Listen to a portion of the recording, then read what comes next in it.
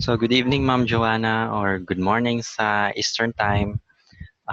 So ngayon, tuturuan kita ang paano mag-populate ng comp visit patient. So ang comp visit patient is usually nasa room 2. So eto na siya, nasa heading, so hindi ka nang mahihirapang mag-identify. So sa ngayon, ang una nating i-populate si Mr. Sinclair Dion. So compliance review 6 months. So right click, view progress notes.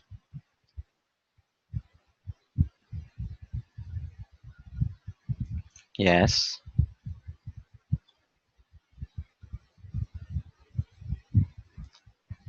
Okay, so unang-una nating gagawin is punta tayo doon sa as usual yung ating ginagawa nga, copy, merge, and then titingnan natin kung ano ang anong anong template ang dapat nating pagkukunan ng information. So, ang ibig kong sabihin, kapag comp visit patient tulad nito, dito tayo sa patient specifics, hindi tayo sa generic. Ang generic is usually sa clinic review and clinic eval. So, balik tayo dito. So, kung nakikita mo, ito ang pinaka-latest. So, ano ba ngayon? March 5, mamaya March 5. Ang before March 5, before ngayon, ang visit ni patient is nung August 28 pa, last year. So, titingnan muna natin. So, kung gusto mong mag-preview, ma'am, etong i-click natin. So, eto. Medyo kulang ang information niya. Kasi kung napapansin mo dito sa HPI, wala yung mga sleep apnea, Epsworth, ano pa ba? Stop bang, at yung lahat-lahat ng yon. So, ang kailangan natin is i-populate din yon. So, sa ngayon, titingnan natin. Meron na siyang ROS.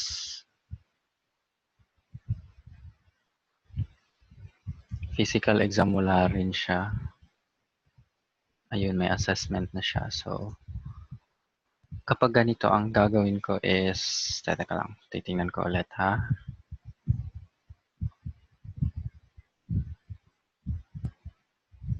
Wala rin siyang medical history.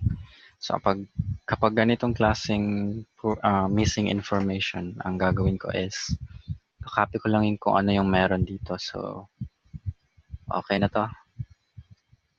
Okay na to. So, merge.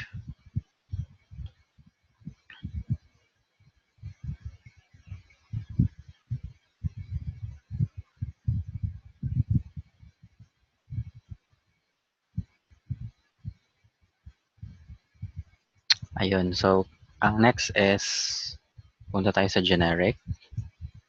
And ano yung kulang niya na information since remember, comp visit ito. Kapag comp visit patient, ito usually ang ating finifill at ang pinipili natin. So, ayan. So, i-uncheck muna natin lahat. Check and uncheck. So, mawawala yung check marks dito. So, yung mga kulang nga sa HPI, may kulang. Ano pa ba yung kulang? Surgical history. Itong apat na to. Meron na ba tayong ROS? Check, double check ulit ha. Saan ba yan? Ito. Preview. Meron na. Ang physical exam na lang ang hindi pa natin na fill out. So, balik tayo doon sa ito. So, ROS okay na. Physical exam, ito. Meron na tayong assessment, so okay na. So, ma-merge natin.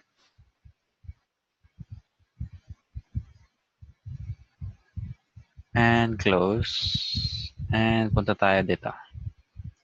Oh, nag-refresh pa pala. Ayun may aso namin. Punta tayo sa content of session. Kasi minerge natin eh. So, kung ano yung andun na siya, before pa natin na-merge, magma-merge siya dun sa file na yun. So, ito. Parang ito yung template eh.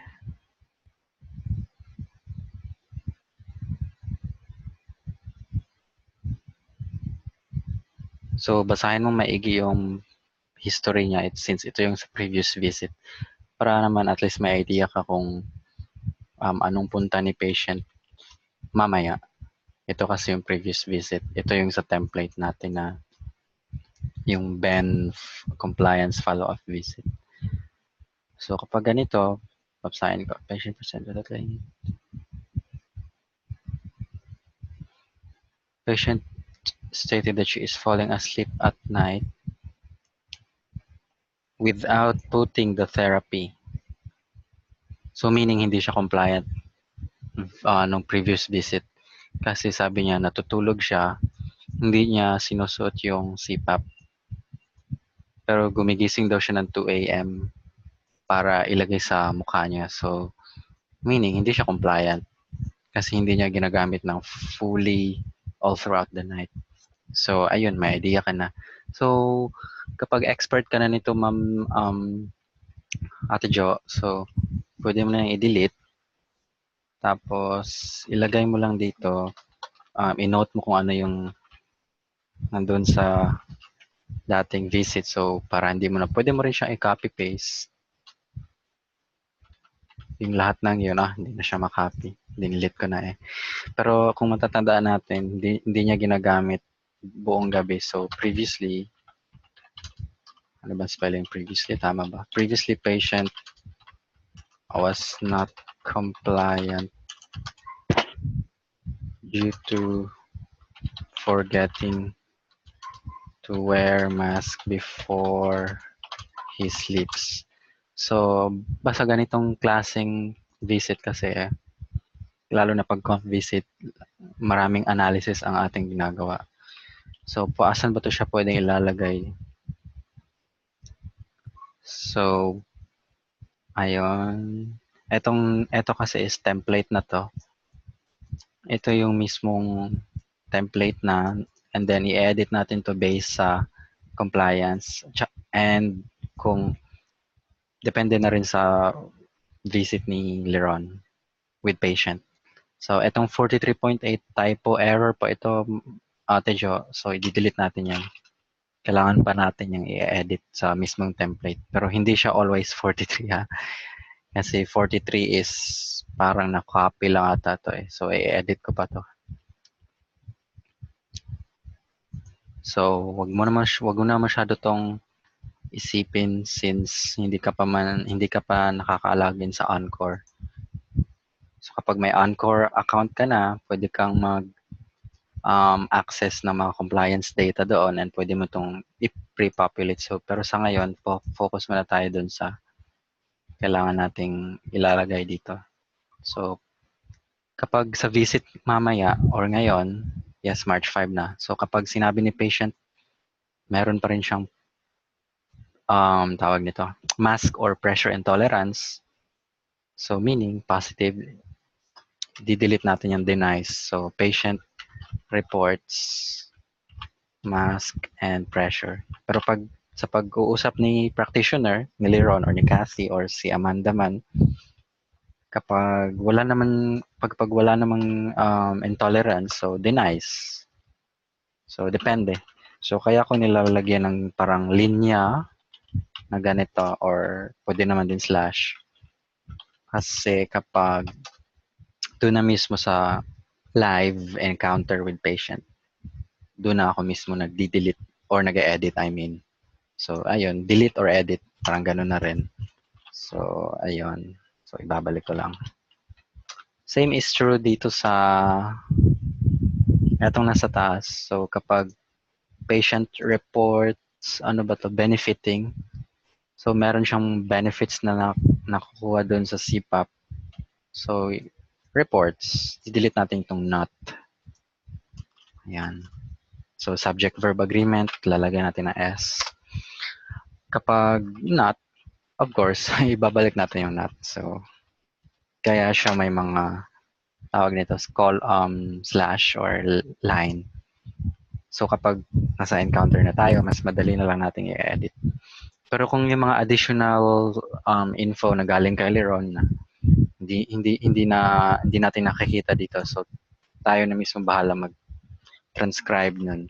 So kapag sa pag-uusap nila patient, malaman natin na si patient ay halimbawa patient has recently had palagay natin tonsillectomy last ano ba ngayon, last February 5 so she is taking palagay natin medications to relieve pain or mga ganon, etc. So yun, depende na sa talk ni Leron or ni kahit sinong practitioner with patient. Okay? So ayun, so populate mo na and then scribe. So ayun yung mas madali, dapat mas madali kasi na-populate na siya agad before pa encounter para sa mismong encounter hindi na tayong nahihirapan na mag-populate. So focus na lang tayo sa scribing or yung additional info. So itong part na yon, ito yung nakuha natin previous visit. So pwede na siguro. So kapag ganito, pwede siguro ilagay na lang dito na part, no? After ng supplies. Take note, may line din tong supplies. So i-edit din yan. Depende sa visit. So going back dito, i-paste ko na lang siya dito. So tingnan natin kung mag-make sense siya, Ate Jo. So previously, patient was not compliant due to forgetting to wear mask. So yun nga, yung kanina, yung i-delete ko na. Kasi 2 a.m. na siya nagigising para susuotin yung mask niya. So, ayun. So, halimbawa ngayong visit, hindi na siya, okay na siya sa mask. Wala na siyang, compliant na siya. Sinusuot na niya before siya matulog. So, ayun, pwede natin ilagay. However, today, patient notes is wearing it all the time or most of the time, depende. So, improvement of the time. So, depende na. Again, depende sa talk ni Leron with patient. So, may times din na sinusuot niya nga, but still, pwede natin i-connect to, but still patient reports mask, ganun. So, ikaw na bahala paano i-connect all the dots dito, Ma'am Jo, Ate Jo. So, ito yung medyo challenging sa comp visit since hindi lang siya populate. Nag-a-analyze rin tayo kung ano ba talagang meron si patient, ano ba talagang ginagawa ni patient, ano yung reaction ni patient reaction ni patient with the CPAP use, kung compliant ba siya, ano bang tinitake niya na meds. So, yun. Pero don't worry, may mga patients na madali lang, lalo na kapag 100% itong compliance, 100%. So, meaning sinusuot niya. So, kanina, ngayon, 2 a.m. niya sinusuot, so malamang hindi siya 100%. Malamang nasa 60 or 50. So, ganun. Kapag ang patient mo 100%, depende sa on-core yung data, yung sinasabi ko. So, wala ka pang access na. Kapag 100%, dapat kang at least ma-excite kasi madaling patient yan. Compliant, hindi matigas ang ulo, nagsusunod sa therapy, mga ganon.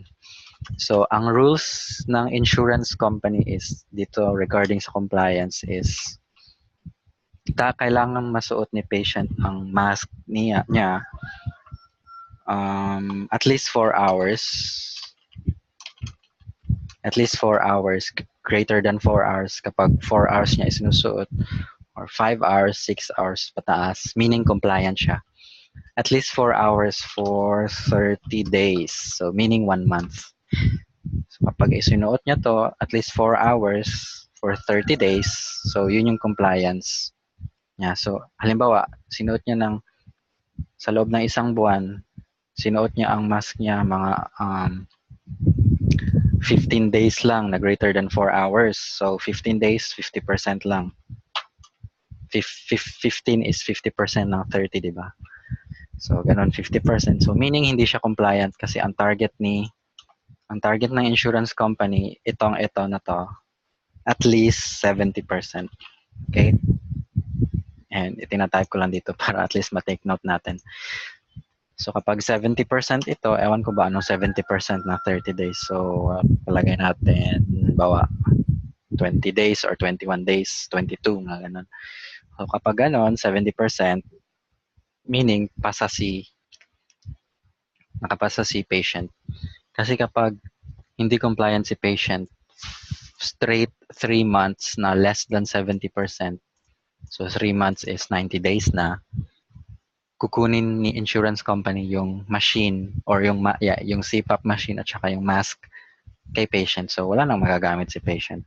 So ayun yung bakit ng mga clinicians at practitioners lagi nilang ini-encourage ang mga patients na suotin talaga ang mask nila para hindi kunin insurance company. Suotin nila at least 70% na mas mahigit pa ng 4 na oras sa loob ng isang buwan. Ulitin ko, dapat susuotin ni patient ang kanyang CPAP or PAP or BiPAP ng mahigit 4 na oras at least 30 days. At least 30 days. Hindi naman siya kailangang straight na 30 days. Basta sa loob ng isang buwan or 30 days na meet niya yung 70%. Okay? So, sige lang ma'am kasi alam kong recording ito. So, baka medyo overwhelming pa. Pero mamaya is kung mag-meet tayo ulit, pwede kang magtanong sa Slack. Pwede rin sa Slack. Kung mag-meet tayo siguro bukas or bukas, i-review natin to. Pero ayun, medyo overwhelming siya ma'am, no? Pero kailangan nating malaman yun since yun yung isa yun sa ating fino-focus kapag gumagawa tayo ng comp visit. So ayun na, pwede na siguro to. So ang next natin is palagay natin 100% si patient, assuming lang. And ang AHI niya ngayon is, again, review ma'am, less than 5 is normal. Less than 5, so palagay natin 3. So meaning, normal na normal si patient. And compliant siya. So, madaling patient ito. Teka lang. So, ayun. So, AHI is 3, 100%. So, ang next natin is compliance data. So, previous pa to. Ito yung sinasabi kong kinukuha ko sa Encore. So, kung nakikita mo, outdated na siya. 7/10 to August. So, ang pinakabago nga dapat na makikita ko mamaya is dapat until today siya. 3/5/2019. So, since outdated na to, pwede natin i-clear. Since meron na tayong example data, ano nga yun? 3, AHI niya is 3 and then 100%. So, ibig sabihin nun is, kumbaga, compliant si patient. So, denies snoring. So, pwede natin itong i-edit. So, kapag nag-i-interview si patient, si Celeron with patient, pwede natin itong i-edit. So, kung halimbawa, meron pang snoring si patient, so isulat natin yan. Ito na yung sleep apnea assessment. So, ito yung sinasabi ko na usually sa comp visit natin siya ginagalaw, ina-edit. So, ayan, halimbawa, meron pa siyang fatigue despite adequate sleep. So, pwede natin ilagay. Pero remember, si patient is, AHI niya is 3 and then 100% pa talaga. So, most probably si patient is nag-i-improve na siya. So, pwede na itong pinakahuli. Akong gumawa nito. Improve na siya. Improve sleep apnea symptoms on PAP therapy. So, Ayun. So, improve meaning siguro mayroon pa siyang konting nahihilik or napapagod pa siya konti pero at least nag-i-improve na siya dahil yun nga, nakikita niya na yung benefits ng CPAP machine niya. So, ayun. So, sa Epsworth, usually si Leron, pinapa-edit niya to. So, ito na yung Epsworth na dating, yung dating sa clinic review, halimbawa 10 siya. So, tatanong mo lang kay Leron kung ano na yung Epsworth niya ngayon. So, kasi template ito so hindi talaga ito yung tama. So, halimbawa, dati is 12 siya doon sa HST review niya. Teka lang. Ba't ako nag-alis?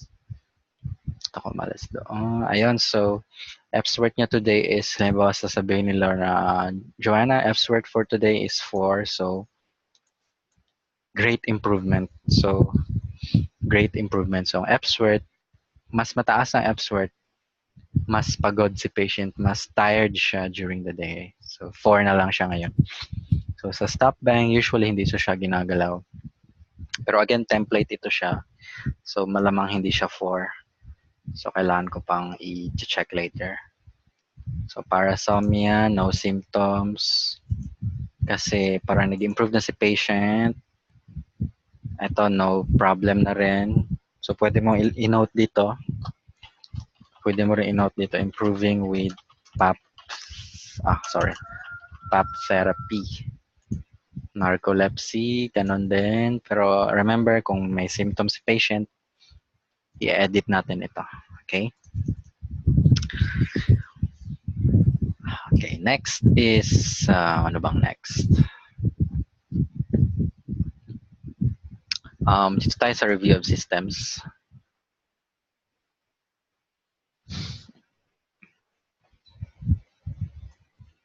Hindi pa siya Teka lang, i-check natin. So, ayun. I-check na lang rin natin. Refresh siya. I-next natin.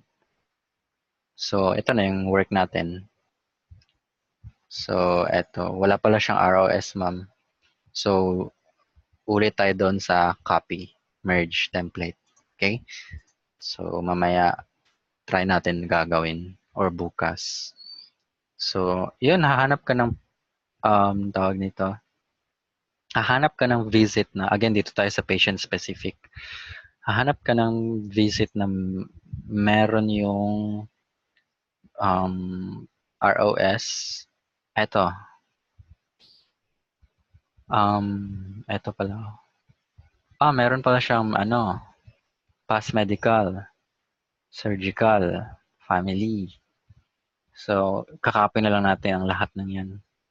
So, again, kapag sa patient specific, kung ano lang yung kakailanganin natin, since remember, meron na tong populate, baka ma-check mo tong lahat ng to. So, ma-overlap yung tawag nito, ma-overwrite yung mga data na ating na-populate na. So, check and then uncheck para hindi siya kasali lahat. So, ano nga yung kailangan natin? Review of systems, ano pa yun? Surgical, ito pa, medical, itong lahat ng to na ata. Check na lang natin to. Exam, meron na. So, ito, okay na yan. And then merge.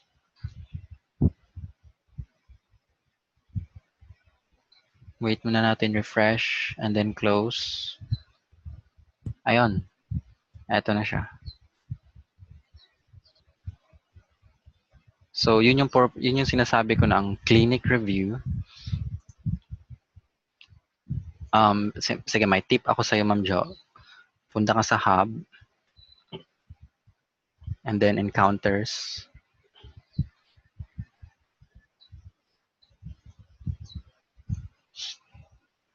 Tawag ito.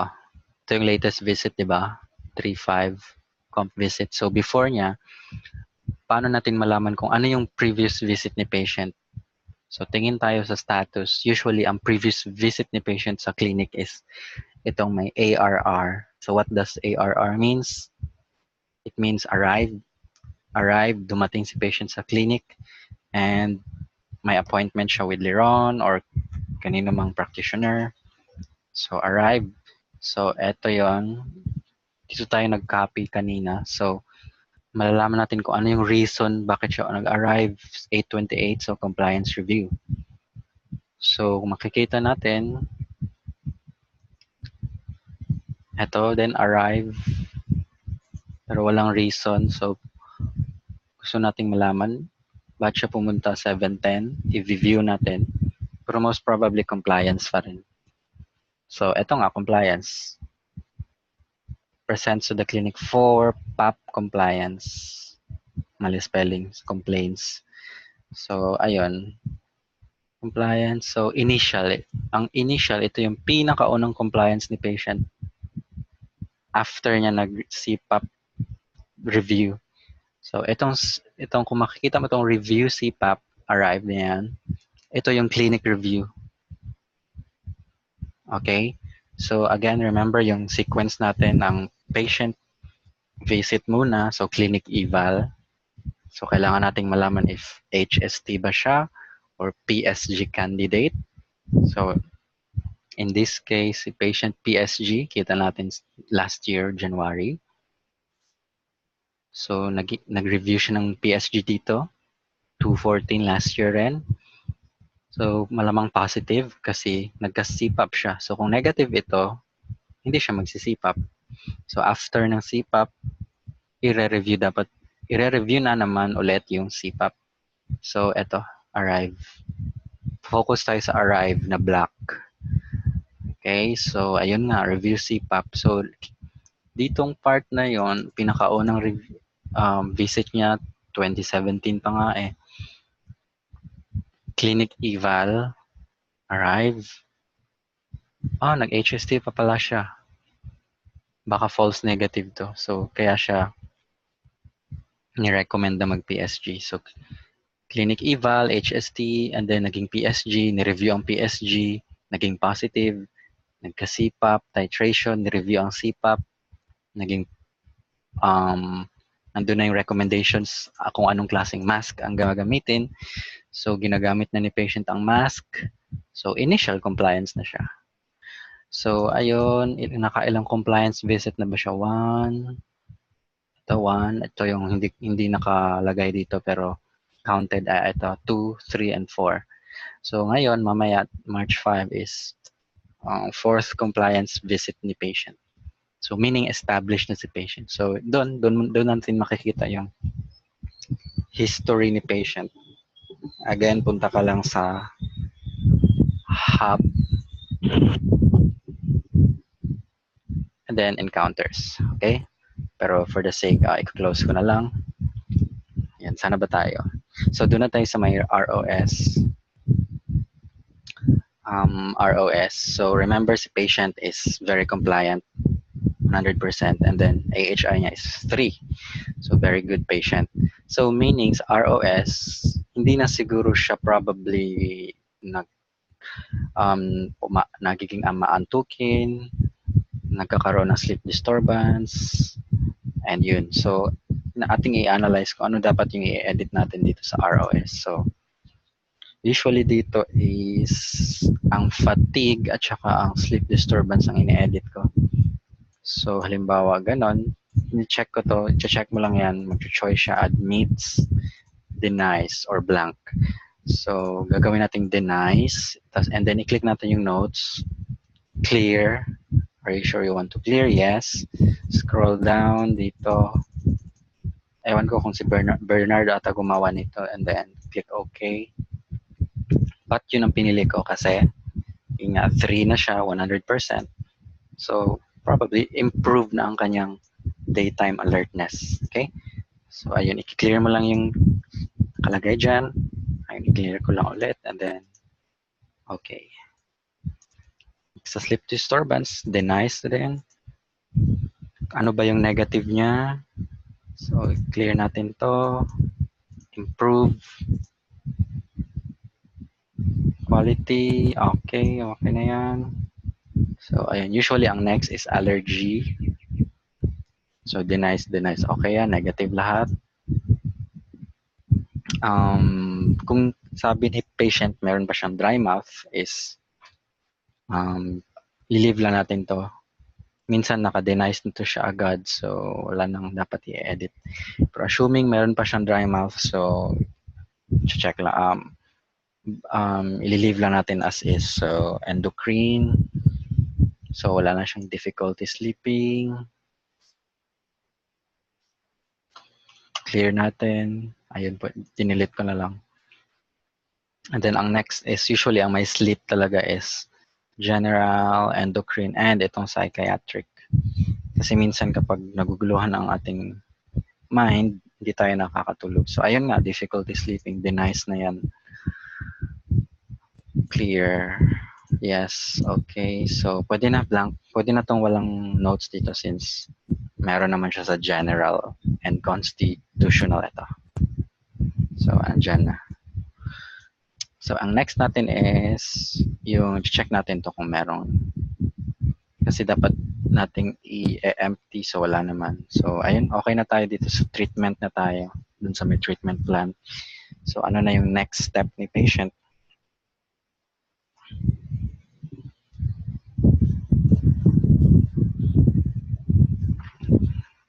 Init dito.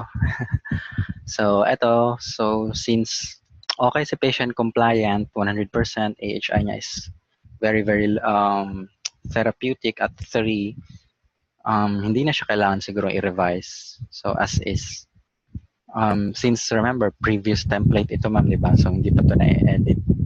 So sa previous visit, patient was instructed to place therapy while watching TV.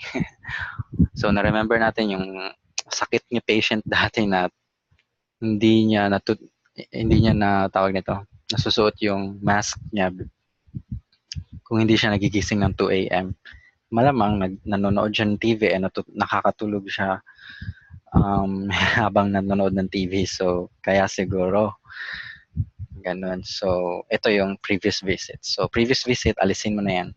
Pero at least may idea ka na kung ano yung ginawa kay patient dati. So ngayong visit, naging okay na siya, naging compliant na siya, 100% free. So i-maintain na lang natin ito. So no editing required here. Pero halimbawa ma'am, balik tayo dun sa AHI at compliance. Palagay natin nagiging 10 yung AHI, so meaning meron pa siyang sleep apnea, and then yung compliance niya is 50% lang. Siguro hindi ayaw niya ng mask, medyo malakas ang pressure, or sadyang obese siya, ang kanyang mga airway is talagang humihilik siya kahit anong gawa ng pressure, walang nagagawa ang pressure. So, kailangan nating palalaksan ang pressure. So, take note, hindi ikaw ang nagde-decide ang practitioner. So, halimbawa, sasabihin ni practitioner, gagawin natin 14. Okay? So, hindi na siya continue. Hindi na siya maintain. So, gagawin natin dito is in-edit ko to revise CPAP pressure setting 2. Ganyan. Ganon. Or minsan kapag APAP, ito dapat i-discuss pa to ni Wendy sa'yo eh. Kasi baka nalilito ka pa sa APAP, CPAP. Kapag CPAP kasi is fixed lang, so isa lang 14. Yeah, tatype ko ulit. 14 lang. Pero kapag APAP, meron siyang nagfa-fluctuate siya. So minsan 11, lagay natin 12 to 15. Kasi 15 cm H2O cubic centimeter. Ayan, cm H2O is pressure. Pressure ang unit na ito, ma'am. Kapag APAP, meron siyang fluctuation. Ito, 12 to 15. Kapag CPAP, fixed lang siya. Halimbawa, 15, 14. Isang pressure setting lang siya. Okay? So, palagay natin is APAP na lang since siguro mas tolerated ni patient ang ganitong klaseng pressure setting. Meron din minsan BiPAP, so medyo complicated na rin yan. Pero don't worry kasi usually meron na, andito na agad yung pressure setting. I-edit na lang natin. Yan. So palagay, hindi ko lang muna i-edit. Babalik ko siya sa dati niya. Ano nga yun? 9 ba yun? 9. Pabalik ko lang siya. Yan. Okay, ang next is, lapit na tayo. So, meron na tayong plan kung anong gagawin kay patient. So, ang gagawin kay patient is, as is, since wala naman siyang naging problema sa mask. AHI 3, 100%, and feel niya yung benefits na kukuha niya. So, wait ka lang kay Liron or practitioner kung kailan natin siya makikita ulit. So, ito yung follow-up. So, halimbawa, kasi si patient is very cooperative, tinitigas ang ulo, bago na siya, natutulog na siya ng maaga at suot yung mask. So, 1 year ang next visit. So, usually ganun. Pero halimbawa, nag-change tayo ng pressure, tulad kanina, naging APAP or pina-increase natin yung CPAP. So, usually ganyan is kailangan nakikita ni Leron ng mas maaga. So, depende kay Leron. Depende baka 2 months or 3 weeks. So, ayun, depende lang sa practitioner. Kailangan nating makinig ng mabuti. So, ibabalik ko lang siya sa dating 6 months. I-edit ko lang siya later, depende sa visit. So, and ano pa ba? Important rin ma'am itong medication. So, madali na lang to. Kung meron siyang dagdag na medication, so, dadagdag natin dito. Pero kapag wala na, check mo lang yung verified. Ayun, verified. And then, punta tayo sa medical history. So, tingnan natin. Check mo din yung verified. History verified. And then, allergies verified. Wala naman siyang allergies. Pero kung meron siyang allergies, check lang natin pa rin to. So, no allergies siya. So, no known drug allergies. So, NKDA. So, ayun. Again, ang i-check lang natin verified is medications. Ito. And then, yung history. Yun lang mismo ang ating check yung box. And, ayun. Okay na. So, double check mo na lang kung may missing information pa tayo. And take note si patient na to. Ang ginawa kong example is ginawa ko siyang madali. Pero hindi pa ako sigurado if ganito siya since hindi pa ako nakakalagin sa Encore. So hindi ko pa alam if ganito ba talagang klaseng compliant siya, 3 and 100%. So for the sake of example lang yan. Okay? So ano pa ba? Double check mo na lang. Vital signs pa pala ma'am. So self-explanatory na to eh. So wait ka lang sa go signal ni practitioner. So Joanna, blood pressure is 120/80. Sulat mo lang dito. So medyo self-explanatory na to. So ang ginagawa ko dito is usually notepad. So tinatype ko dito. Halimbawa, lalo kapag mabilisan si practitioner. So sino ba to? Si Sinclair. So ano ba? BP 120/80 and then heart rate. Pwede na hindi mo na i-type. It's understood naman eh. 67 heart rate. Ang oxygen saturation niya 97. So ayun. So, kapag may time na ako later, pwede ko na i-fill out. And ang height and weight, fini-fill out din yan. So, sabihin ni patient 5'6", 5'7" siya. And she weighs 220 pounds. Mga ganun ang example. So, pretty much madali na lang ito dito na part. So, review tayo. Ano yung kailangan natin i-fill out? Yun, content of session pa rin. Itong sleep apnea, kailangang improve na siya. If improving na talaga si patient. Kapag hindi, so kailangan natin i-edit based sa ating based sa interview with patient or based sa ating analysis. Based kay Leron's talk dun sa patient. So yun, Epsworth, stop bang, and everything else, medication, okay na. ROS, na-edit na rin. Vitals, assuming okay na, nandiyan na. Fill out mo na lang. And then assessment, gano'n. Next time, tuturuan kita paano magdagdag ng assessment. Pero hindi mo na ngayon since ayaw kong ma-overwhelm ka na. Na-overwhelm ka na ba, ma'am? So, ngayon, okay na to. So, ang gagawin ko is, okay na to. So, punta ako sa resource schedule. So, try natin, Ma'am Jo, later assignment today. So, since mamaya pa naman itong alas 4 ng umaga dito doon sa kanila hapon. So, itatry mo tong si Tovar Mauricio.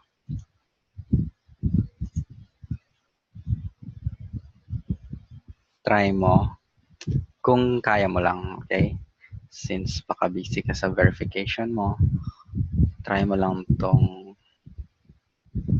comp visit. So, hindi ko muna gagalawin to. Pero isa-slack mo lang ako if nagagawa mo kasi pag hindi, ay populate ko na lang since for today's patient ito eh. So, kailangang matapos. And bukas, punta tayo sa Wednesday.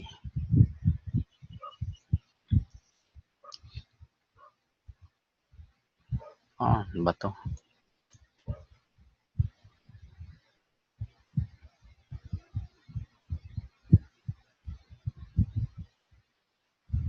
So, bukas, try mo to. Isang clinic review. Comp visit ba to?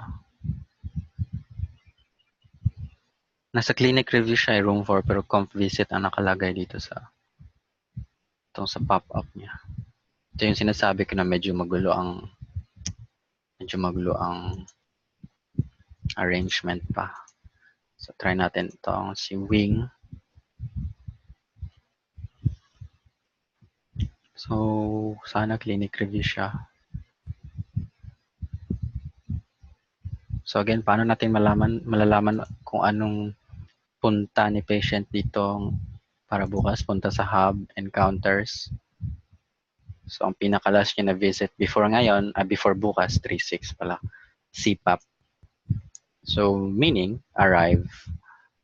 Meaning, ngayon, clinic review, CPAP. So, gawin mo to, ma'am. Si Wing Constance. So, clinic review, isa lang. Isang clinic review. And then, bibigyan kita 2 comp visit. Si Wing Constance. So, dito lang tayo sa last. I think comp visit naman to siya. Double check ko lang.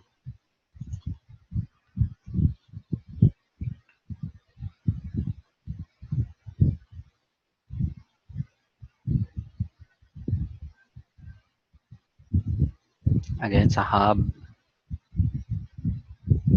Encounters. Ayun, comp visit. Kasi ang last niya is arrive niya, CPAP results. So meaning na-review na yung CPAP and na-set up na siya sa DHS company. Company yan siya na nagpo-provide ng mga CPAP machines. So obviously, compliance na siya. Kasi meron na siyang CPAP. So gagawin mo to si Saltzman. And yung pagkatapos ni Saltzman, sino nga yun? Yung si Travetti.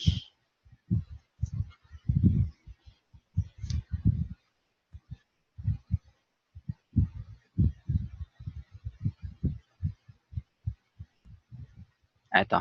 Ayun, obvious na obvious compliance review. So, gusto mo i-double check, punta ka lang doon sa hubs and encounters. Okay? So, again, isang clinic review si Wing Constance. Ito. And then sa comp visit, teka lang, nag-hang ata. Ayan. Si Saltzman at saka si Travetti sa comp visit room 2. So, ayan. So, try ko mag-online mamaya, ma'am. Pero kung nakikinig ka sa record na 'to malamang wala pa ako sa bahay ko.